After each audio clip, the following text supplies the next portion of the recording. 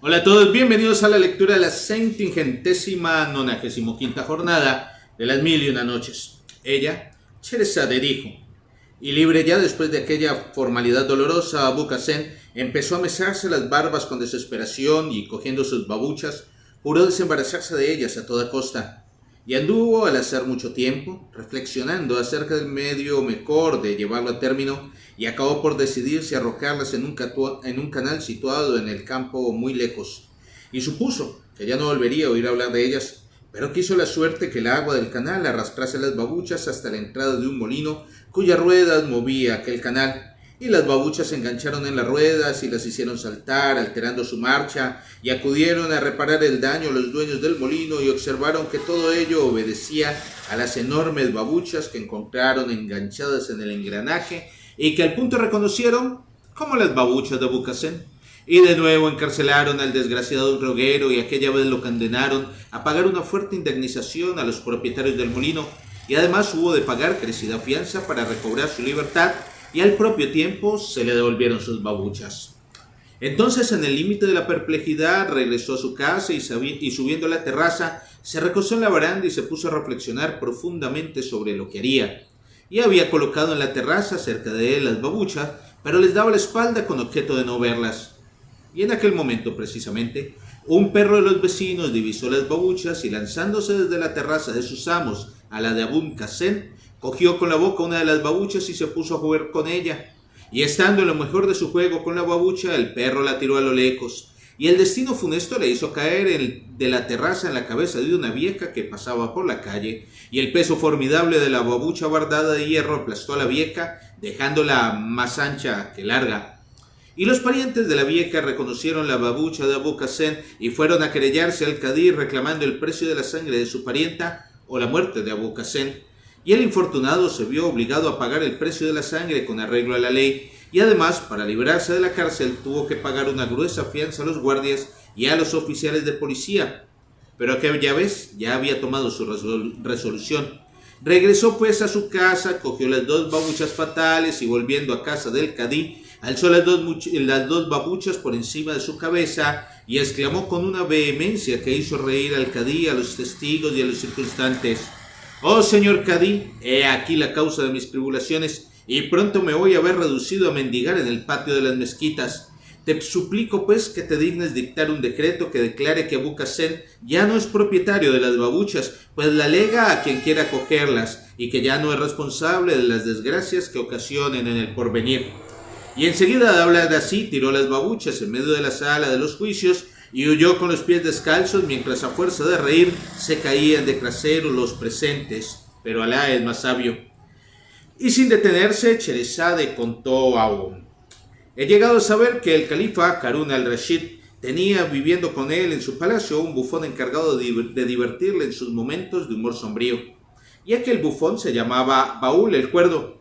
Y un día le dijo al califa: ya Baúl, ¿sabes el número de locos que hay en Bagdad? Y Baúl contestó: oh, mi señor, un poco larga sería la lista. Y dijo Harun: pues quedas encargado de hacerla, y supongo que será exacta. Y Baúl hizo salir de su garganta una carcajada prolongada y le preguntó al califa: el califa, ¿qué te pasa? Y Baúl dijo: oh, mi señor, soy enemigo de todo trabajo fatigoso. Por eso, para complacerte, voy enseguida a extender la lista de los cuerdos que hay en Bagdad, porque ese es un trabajo que apenas exigirá el tiempo que se tarda en beber un sorbo de agua, y con esa lista, que será muy corta, por Alá que te enterarás del número de locos que hay en la capital de tu imperio. Y estando sentado en el trono del califa, aquel mismo Baúl recibió por esta temeridad una tanda de palos que le propinaron los sugieres. Y los gritos espantosos que con tal motivo hubo de lanzar pusieron en conmoción a todo el palacio y llamaron la atención del propio califa.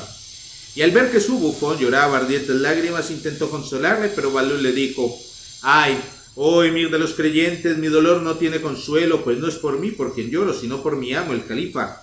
Si yo en efecto he recibido tantos golpes por haber ocupado un instante su trono, ¿qué tunda no le amenazará a él después de ocuparlo años y años? Y también el mismo Baúl tuvo la suficiente cordura para tomar horror al matrimonio, y con el objeto de jugarle una mala pasada, Harun le hizo casarse a la fuerza con una joven de entre sus esclavas, asegurándole que le haría dichoso y que incluso él respondería de la cosa. Y Balul se vio obligado a obedecer y entró en la cámara nupcial donde esperaba a su joven esposa, que era de una belleza selecta. Pero apenas se había echado junto a ella cuando se levantó de pronto con terror y huyó de la habitación como si le persiguiesen enemigos invisibles y echó a correr por el palacio igual que un loco. Y el califa, informado de lo que acababa de pasar, hizo ir a Balul a su presencia y le preguntó con voz severa: «Oh maldito, ¿por qué has inferido esa ofensa a tu esposa?». Y contestó Balul: «Oh mi señor, el terror es un mal que no tiene remedio.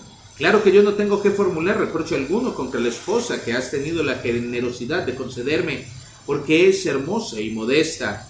Pero, oh mi señor, apenas entré en el lecho nupcial cuando oí distintamente varias voces que salían a la vez del seno de mi esposa, y una de ellas me pedía un traje y otra me reclamaba un velo de seda, y esta unas babuchas y aquella una túnica bordada y la de más allá otras cosas.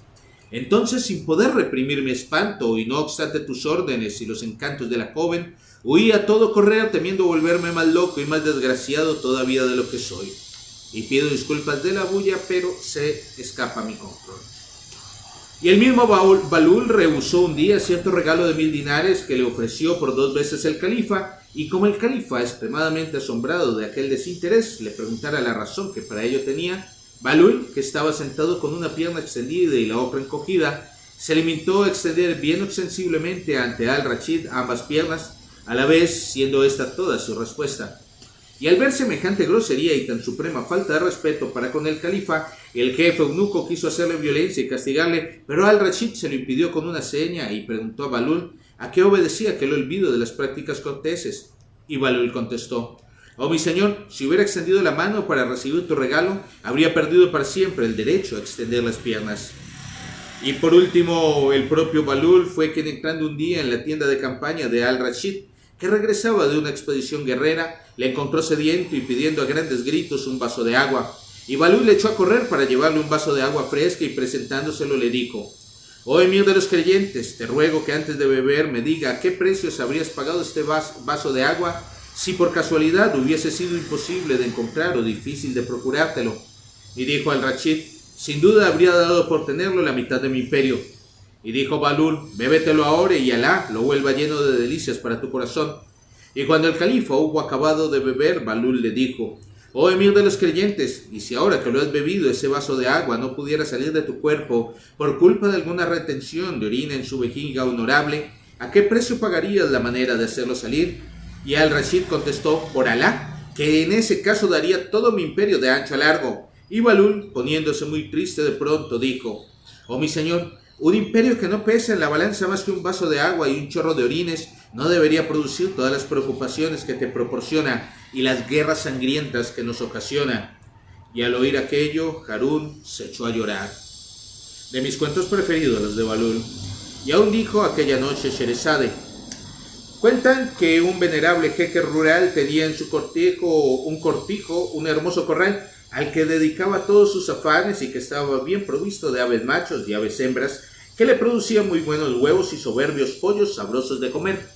Y entre las aves machos poseía un grande y hermoso gallo de voz clara y plumaje brillante y dorado, el cual, además de todas sus cualidades de belleza exterior, estaba dotado de instinto vigilante, de sabiduría y de experiencia en las cosas del mundo, las mudanzas del tiempo y los reveses de la vida, y estaba lleno de justicia y de atención para sus esposas, y cumplía sus deberes respecto a ellas con tanto celo como imparcialidad, para no dejar entrar los celos en sus corazones y la animosidad en sus miradas.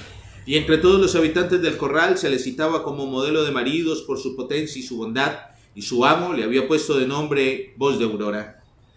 Un día, mientras sus esposas dedicábanse a cuidar de sus pequeñuelos y a peinarse las plumas, Voz de Aurora salió a visitar las tierras del cortijo. Y sin dejar de maravillarse de lo que veía, revolvía y picoteaba más y mejor en el suelo, según iba encontrando a su paso granos de trigo, o de cebada, o de maíz, o de sésamo, o de alforfón, o de millo.